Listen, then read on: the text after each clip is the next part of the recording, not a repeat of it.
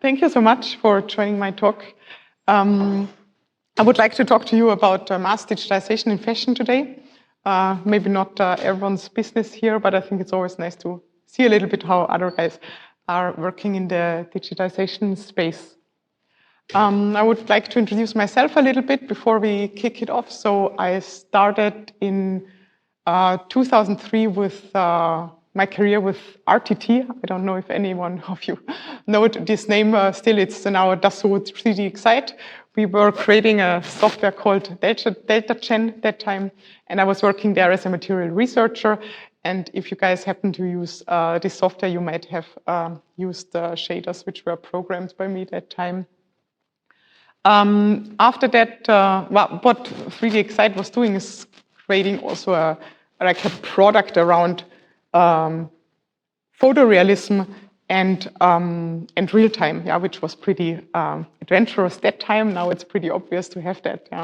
Then when I started with Adidas in 2008, I touched a completely different area of the 3D, in a 3D world, and it was around the sportswear and fashion business, which was completely different to the more automotive focus, sorry for my German accent, automotive focus at RTT. So there it was all around digitizing footwear and apparel in a true to life way, but I will talk about this topic later on. And since 2017, I'm with Vizoo. We also have a booth here at the show. We are creating material digitization technology, meaning that when you have a 3D product and you need to have a realistic surface on this product, we literally have hardware, software, and services to bring that in a true to life and make it beautiful, basically. We currently work with 450 clients all around the world. Like literally, we have 45 countries where our tools are installed, and it all serves at the end the 3D pipelines of the big companies in this world.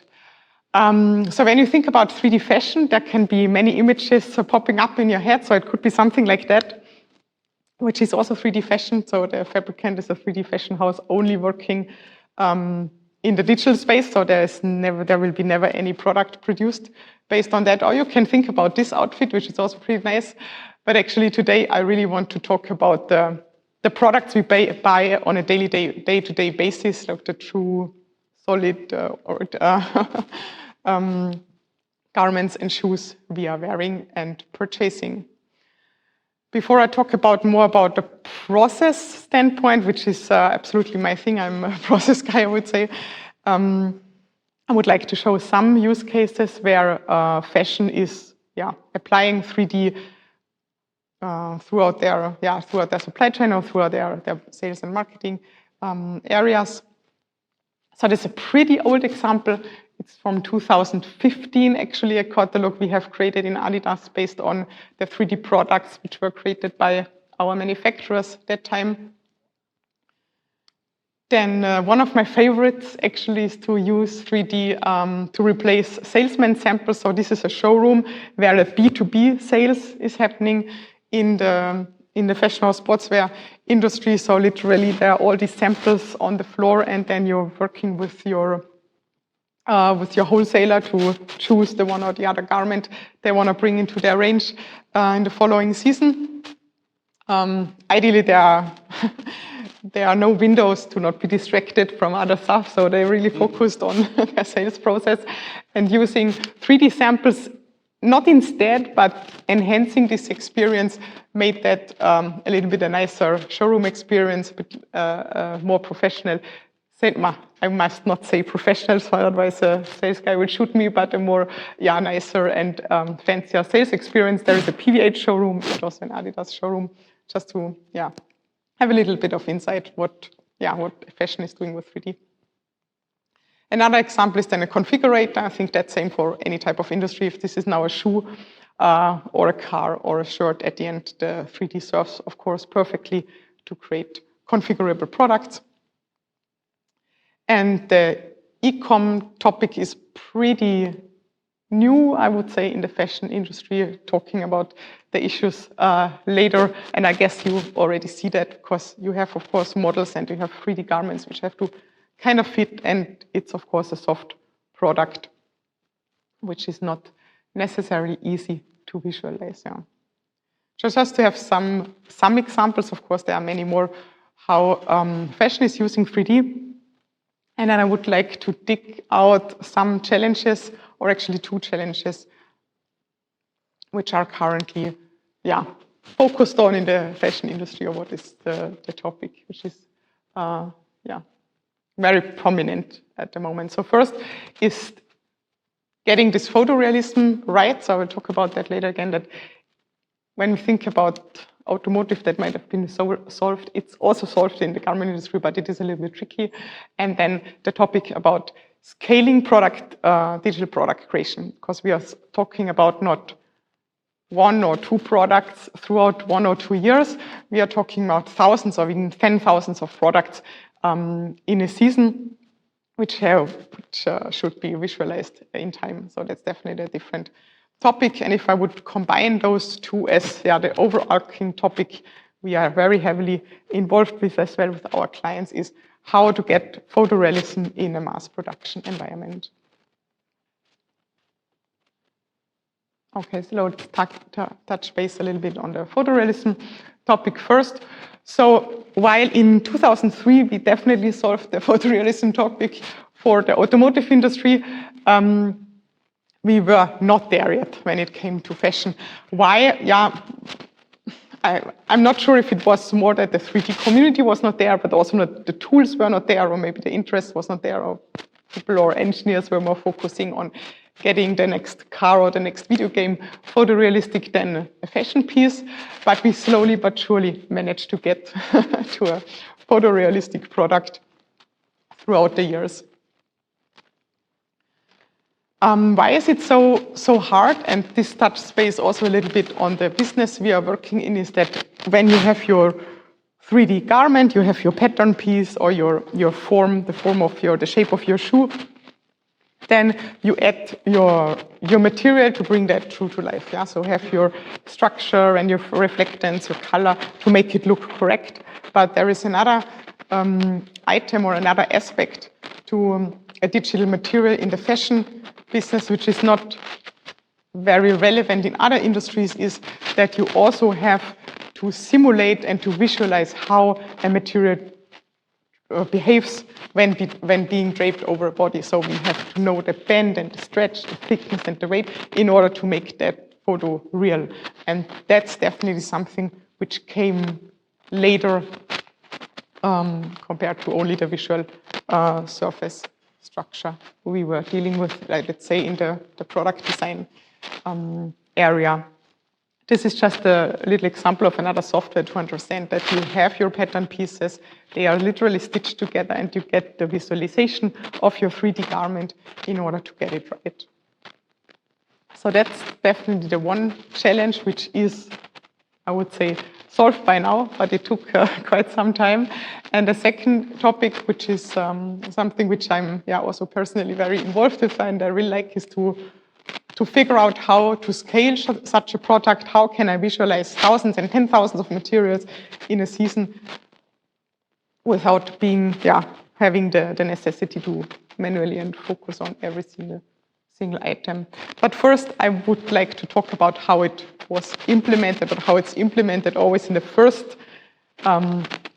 At first, to say, okay, now as a fashion company, I would like to do 3D, and then most of the case, the situation was that, someone knows about 3D, and then there are 5 or 10 products visualized, and everyone is happy that it looks so photorealistic, and then the idea, of course, or the push from management comes and says, okay, so now I want to have that for my entire product range.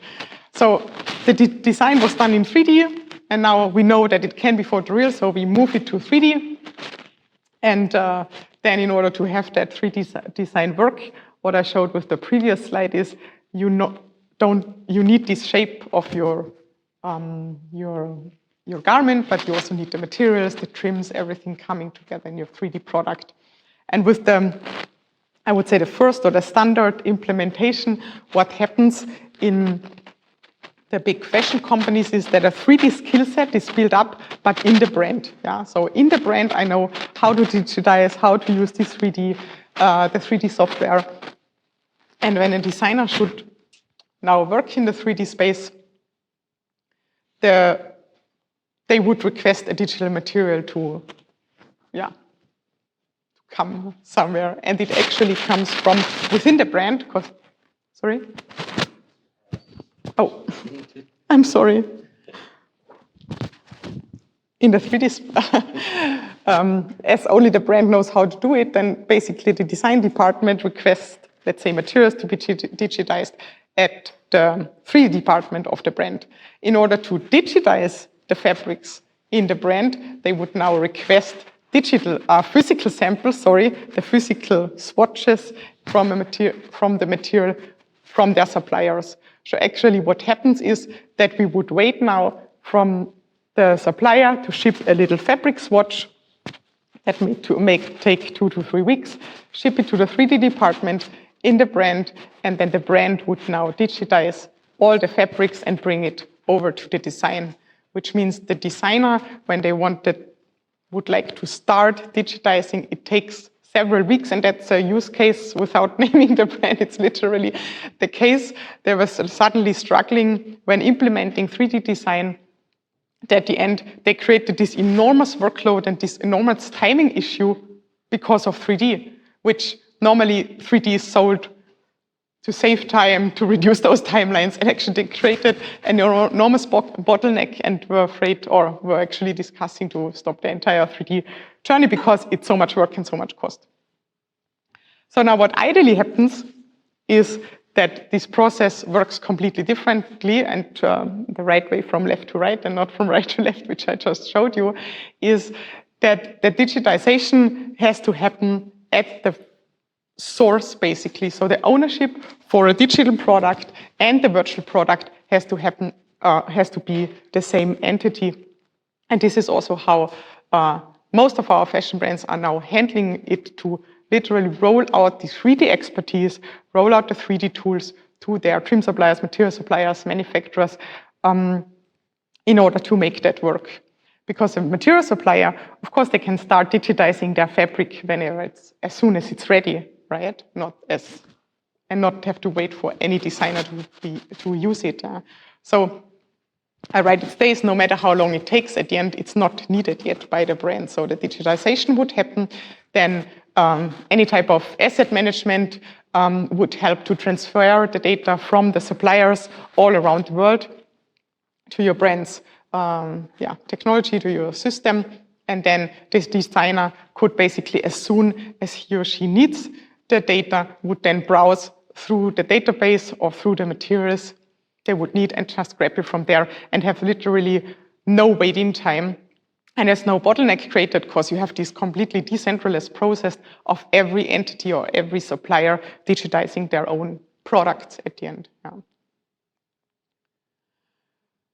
So to close this talk, I would highlight still a little bit how we involved in this process and what we learned from that, or what was definitely needed to get that work. So when we decentralized or have set up this decentralized digitization process, of course, there has to be devices which can be, first of all, of course, run or being able to produce a lot of digital assets, but it also, and this is also one of our key items, it has to be super easy to use, because at the end, you can build up 3D expertise within the brand, within your headquarter, but in a perfectly digital supply chain of the fashion industry, but any other industries, the owner is with an entity who has no 3D experience. So if a fabric mill in Bangladesh or in Pakistan has to digitize fabrics, they will not run through a multi-weeks of trainings, or they will not engage some 3D artists. They just say, okay, you are creating the fabrics and you gonna figure it out. So that has to be pretty an easy entry point from a skill set perspective and should not be too far away from what they know. Yeah. We also help the brands to set quality guidelines, because basically it's not you can always say, I digitize this and digitize that, but it can be done in many different ways. So you have to clearly show what the outcome should be. And we even have now suppliers, that's a little image from Sri Lanka actually, we also have suppliers now actively pushing and offering 3D assets to the brands, and they run through a certification process, also developed by us to show that, hey, we can do it, we know how to digitize, and you can source the fabrics in a physical and in a virtual way by us. Then, of course, we're building all types of DAM connections that whenever you have digitized your fabric, you can just upload it wherever you need it. And what is a very nice example as well, that even there is a new way of setting up or to experience fabric fairs, actually, because we have so many new fabric mills now working in a 3D space that they say, hey, if I'm now showcasing all my fabrics at a fabric fair, why not just providing QR codes to the designers interested in my fabric, and then they can already pick and choose and already try it out in their 3D environment right away, instead of waiting for many, many weeks that maybe this supplier sends the fabric from China, if I can already get the data to do this, this selection. And of course, then helping design to move from, eventually, from 2D to 3D, in fashion at least, yeah. Okay, that was a pretty short outline where we are positioned, what we are working with, giving you a little bit of insight what the fashion industry is doing. Happy to get your questions now or later at our booth. Thank you very much.